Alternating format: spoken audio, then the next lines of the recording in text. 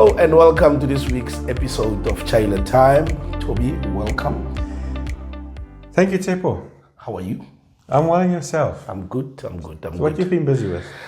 I'm doing cases for clients. Actually, there's one hearing that I chaired about, I think yesterday. This guy is a safety officer or something. But they're working at a big plant, like a refinery. So, as a safety personnel, okay, in my previous experience, I used to order PPE for people, making sure that when they in road freight and yes, in road freight, when they go to gantries and load fuel, everything is there: earplugs, mask, respiratory mask, hard heads, and everything. And this guy went in at work with a hard head that is cracked. Yeah. As a safety person. Safety officer. As a safety officer. Then his supervisor checked the code of conduct, and the code of conduct said, okay, you can issue a person with a final written warning. And also the justification is that you are a safety person. You must know, you are expected to know these things. In that company, I know every morning, not sometimes, not once a week, but every day, there's a toolbox talk. And those are the things that they're addressing, safety and everything. But he refused to sign a written warning. Yeah. But he was caught out by auditors, not his supervisor, not his colleague. Auditors walked in the gantry to go and, just a random audit. And then they're like, okay. So when they bring the audit report, his name is there, and then the bosses find, hey, this guy must know this kind of things. So after that report, they booked him for a hearing. Yeah. Then I checked the hearing yesterday. Yeah. But the intention is not to really dismiss. When the people lead the case, you can say, then I lost it. I lost it with him. I took everything and put it aside. I'm like, say, what is your position again? Safety officer. I'm like, really? And what happened with you? No, but there was no stock in the storeroom. So I was waiting since December for the storeman to bring me a new hard head. Then I look at the supervisor. Supervisor, since December. Like, I'm shocked that it's since December, because to me, he said last week there was no stock. And when I went to investigate, there's been stock since February. So I'm like, so now you want the storeman to come and look for you. How many people are there in the gantry? There's more than 100. So that storeman must look for you and make sure that he replaces your head. Every day when you come to work, you don't see that there's something wrong with the head. No, that's not how it is. No, why did you refuse to sign a final written warning? No, it was too harsh for me. I'm like, she said the code of conduct says that you are a safety officer. You are expected to know this kind of things. What is wrong with you? I found it very interesting. Actually, I did it when I was in KZN. I found it very interesting. So yeah, what is that you've been busy with? Well, Tepo, the last 2 months, you've been really, but even yourself, been really busy with cases that involves trade unions. Just sick. There's been a lot of these cases where employees via the unions will file a grievance. Mutual what? A grievance? A grievance to the company. Yes. And then simultaneously the union will file a mutual interest dispute to the CCMA or bargaining council, demanding that the employer establishes an investigating committee chaired by a commissioner of the CCMA paid for by the company. And then the underlying threat is that we're going to go on a strike, because that's the kind of dispute you refer if you want to go on a strike. And obviously there's the question about, disputes of rights as dispute of mutual interest, but the unions know that the commissioner at conciliation, based on the constitutional court case, does not have the powers to really decide jurisdictional matters there and then. So it is what happened after you can't find an agreement, what happens then, as far as the question concerns, with this being a matter of mutual interest or actually a matter of right. And then we end up threatening the unions with lawsuits and blah, blah, blah. And I think in some of them now we've called the bluff already and they're not going on strike.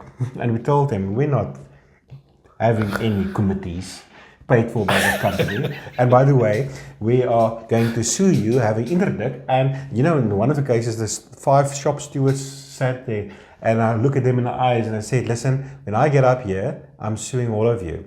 Interdict, cost against the union and you, and damages. Oh, the union didn't tell you that. No, I'm getting up now. Are you withdrawing the case? Yeah, I'm going now. The other one said. The other one said. And now one union said, we've got 12 months. 12 months to file the 48 hours notice. We still have 12 months. We're going to deal See, with they don't this have the intention to company. really going to stop us. No, this is nonsense, you see. But anyway, so, but you know, just something quickly in the news this morning. I want to congratulate Andrew Goldberg. He represented an employee against Woolworths. I think it's brilliant. I thought, sorry, I thought he wanted to congratulate President Cyril Ramaphosa. Of course I want to congratulate President Ramaphosa. Okay, we can talk about. Of course we can talk about Goldberg now. It's fine. Yeah, let's talk about Goldberg, the more important stuff. Yes. He represented an employee against Woolworths. This case seemed like it went all the way to the Labour Appeal Court. It's been 6 years already. Oh, is that one that took long? What happened here is the employee was dismissed for submitting a fraudulent sick note. And in a nutshell, the courts found, as the CCMA, as the Labour Court and the Labour Appeal Court, that when the employee submitted a sick note, the employer could not prove that he knew this was a fraudulent sick note. Because the traditional doctor or the doctor wherever he went, they were involved in illegal activities, but he didn't know that. So he just submitted what the doctor gave him. And when the company appointed private investigators, they found that to be a fraudulent sick note. Now he got dismissed. So the court is saying, but listen, he had no knowledge of misconduct. Oh, I think, I think it's brilliant because I always ask myself, but listen, companies very easily submit these cases about fraudulent sick note. Okay, maybe it is fraudulent, but the employee says, but I didn't know this is fraudulent. I've got one case, anyway, which I did now book for a hearing, by the way,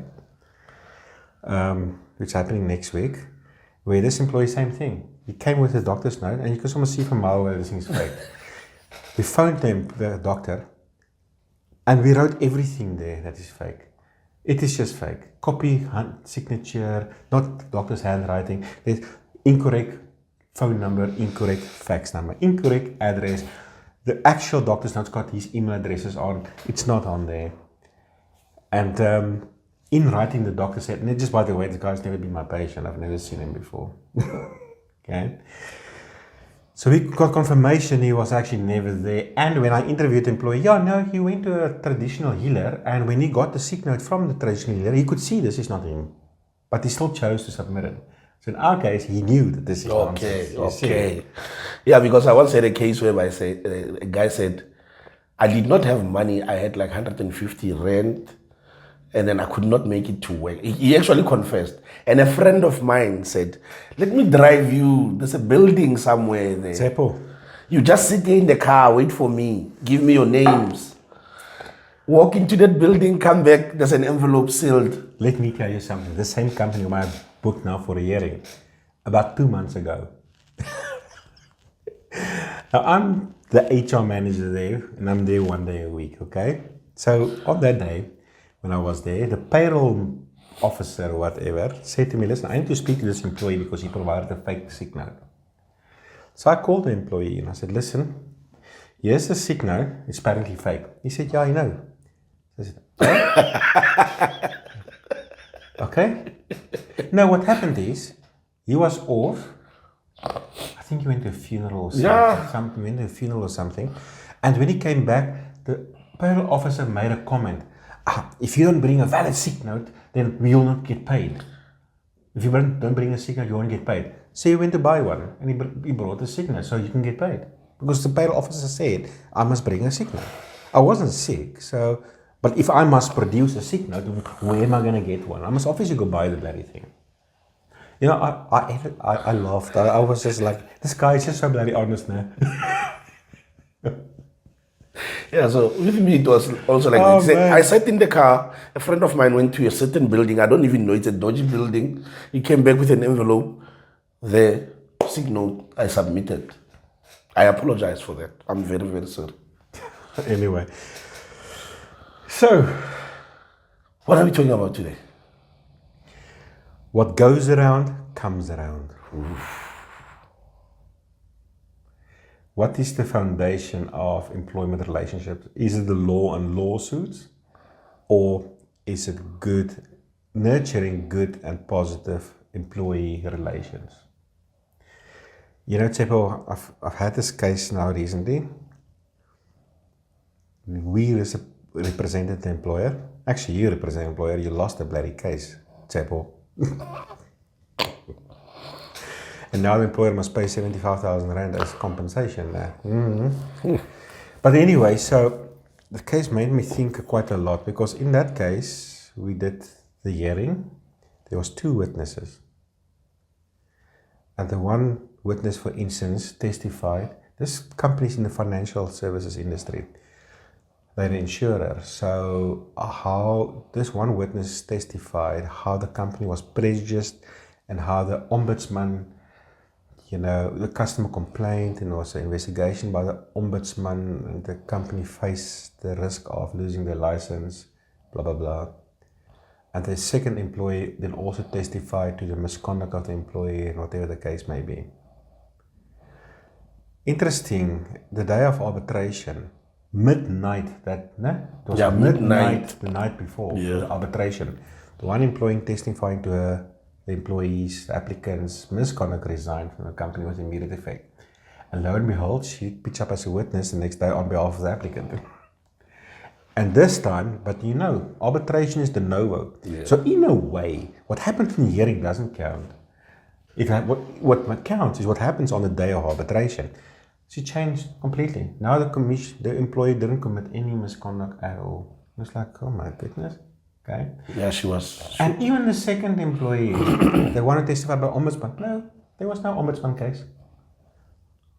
We're like, you know, now when it comes to the substantive fairness of a dismissal, one key element of proving that the dismissal is substantively fair is to argue the prejudice or damages suffered to the employer. Yeah. You know, as an example, for instance, you know, if somebody in our company are caught sleeping for 10 minutes on duty, you know, the company won't be so severely prejudiced. So a dismissal on a first offense will probably be too harsh.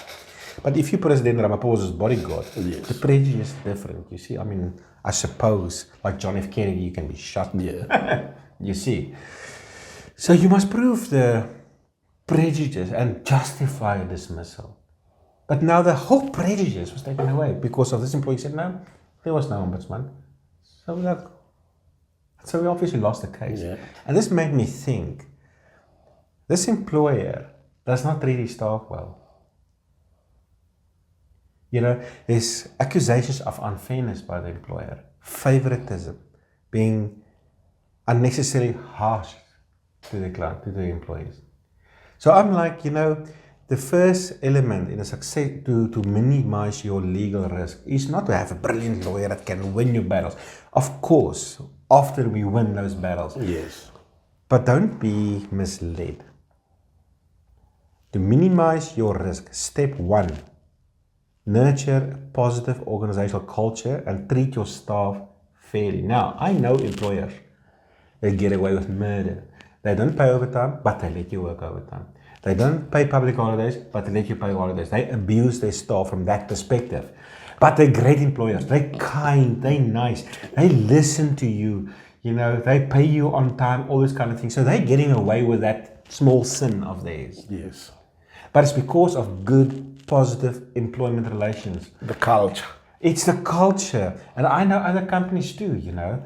I mean, if you nurture a good relationship with your staff and you've got a sense of human dignity and fairness, that's a good foundation. And also, you know, the comrades must forgive me now, but sometimes a lot of employers phone me and say, listen, and now even in KZN, I've got companies phoning me saying, listen, I need to have meetings with them, strategic meetings with management, because the union is running havoc in the company. So my step one is also always, I understand legally, staff have the freedom of association in terms of the LRA, but practically, unions are often seen as the vehicle for employees to get even with the employer. So what created this vacuum, this need to have somebody, some kind of tool to fight the employer? Let's start there. Now, I say it straight. I don't use legal words. Maybe the employer is arbitrary or malicious. I say maybe the employer is assholes. Straight to the point. Straight to the point. Yeah. How do you treat your staff? Are you assholes? Making them work overtime and don't pay them overtime. Okay? Always screaming, shouting. I understand the pressures of work environment, but I'm also asking, maybe you must do some introspection. Look yourself in the mirror, man in the mirror, and ask yourself, how do you actually treat your staff that creates this vacuum? And you know what now? There's something about employment that is often overlooked. Is that thing about the workplace forum, Chaile? You know, a company can create a workplace forum where a lot of these negotiations can occur in the context of that. Increases collective bargaining, dealing with disputes and outstanding issues in the company. Many employers do not create workplace forums, but staff wants to ventilate. So where do you go to? Amandla. And I'm not taking away from a union's right to represent the staff. I'm speaking for employers now. I'm saying, listen, your conduct in the name of the economy is tough creates a vacuum for this. Yeah, and then 6 months later, you want to phone me. You know, they're always having meetings and always this and always mutual interest disputes and always toy and always this. But you are the master of your own undoing. Yeah. No, that's true. And you know, with this, what goes around comes around thing. In that company that you are talking about now, the boss will not do. I'm actually not talking about that company. I'm talking about another company you don't even know about. They're not a client of ours. It's now an ad hoc thing. It's a new company in Durban. I know about the company you talk about. That company is also in Durban. But I'm talking about another company who's now. Now I'm talking about the one that I lost the case. The 75,000. Oh, no, but that's not them. But that's not the union case. No, I'm not talking about the union. I'm talking about the culture. Oh, the culture. What the boss will do in there will send someone to go and shout and scream. He doesn't do it himself. So that conflict, he creates it from inside, and creates bad blood amongst his own employees. Now, Tsepo, you know what now? When we lose a case for a client, I actually feel pain. I actually do. I don't like it. I question my integrity as a... I don't question my integrity. I'm just like, you do the best you can. But in a case like this, I'm sitting behind my laptop on my desk and I say, you know what? Sometimes there's a greater picture. Sometimes employers, you use this and they're struggling to pay this money. But sometimes you need to let them learn. Now, they can be angry at me, whatever. You know, I've got a case now on Monday. You know, the CEO of the company, it's the first case I'm doing for that company. They emailed me on Monday. Now, if I lose the case, I must pay for it. I'm emailing back. No, I don't. You must pay for it. I must pay for it. I'm not paying for it. Oh, but that's unfair. So I said, well, look, our service level agreements in this case was done at a very high level. This company owns a lot of companies. So I'm representing one of the subsidiaries. Yeah. And my agreements are with the corporate company, the group company, the holding company. Not with all these companies. I mean, practically they don't even pay me anything. It's the group company that pays us. And in terms of those service agreements, there is no risk assurance and all these kind of things, you know. But he thinks it's unfair. So he phoned me. So we had a very nice discussion. But I explained to him, you know, we can probably look at risk cover from a procedure perspective, but substance, how can we take responsibility for substance? Because you can be the main witness in a hearing today. You can resign. Now, this case is Monday, and he is actually the main witness, but he is so nervous. He told me if I win this case, he'll buy me brandy. I don't even drink, but this guy, and you know what? I'm actually not too concerned about the case. It's sort of a fairly easy case, but he's so scared. But he's the main witness, and I'd explained to him, let's say you resign and your last day is Friday. Come Monday, what am I left with? The onus is on the employer to prove the employee is guilty of the allegations. Now the main witness is no longer there. How? Now I must pay because you're no longer there. Or your witnesses turns against you at arbitration. There are so many elements from a substantive perspective which is out of my control. A woman told me once, "Nie my hol, nie my drol." You know what that means? I don't think you want to translate that, but you can. Your problems is your problems, not mine. It's your employee. You're firing him. I'll do my best to help you, but ultimately, you make your bed, you sleep in it. Sleep on it. It's not my issue. At least you'll have brandy. I love the brandy part. But Sepo, I'm concerned. But this case coming on Monday, I don't know what to expect. Sepo, I'm shocked, man. You know, in this case, this employee was dismissed for 6 charges. No, there was 6 charges. He was found not guilty on the first one. The other 5 he was found guilty and dismissed on. And the charges relate to gross dishonesty and gross negligence. So the courts are basically clear, you know. I think it's Kivitz that says, where the court said that no amount of mitigation will be strong enough if you've been dismissed for dishonesty, you know. So I'm fairly confident in, you know, whether dismissal was a suitable sanction or not. But you know this pre-op thing. Previously when we sat down, the commissioner made a ruling that the applicant can be represented by a lawyer and we must conclude a pre-op. But you know how pre-ops are done these days? Is this now the guy who agreed with everything that you... Yeah. Don't wait now, man. Okay, I'm busy telling my story. Okay, man. askies. Huh? Askies. So pre-op, normally you do it, you know, in person, Yeah. you and the other party, or you do it online, Google or Teams, whatever. But also something that happens these days, parties will just email each other the pre-op minutes. Now, remember pre-op, the main function really is to look at the matters you agree on and the matters you don't agree on. But the thing is that pre-op minutes, when you both parties sign it off, it's legally binding. You can't now go to the arbitration, oh, I want to argue something that's now contrary to the agreement. Okay? So he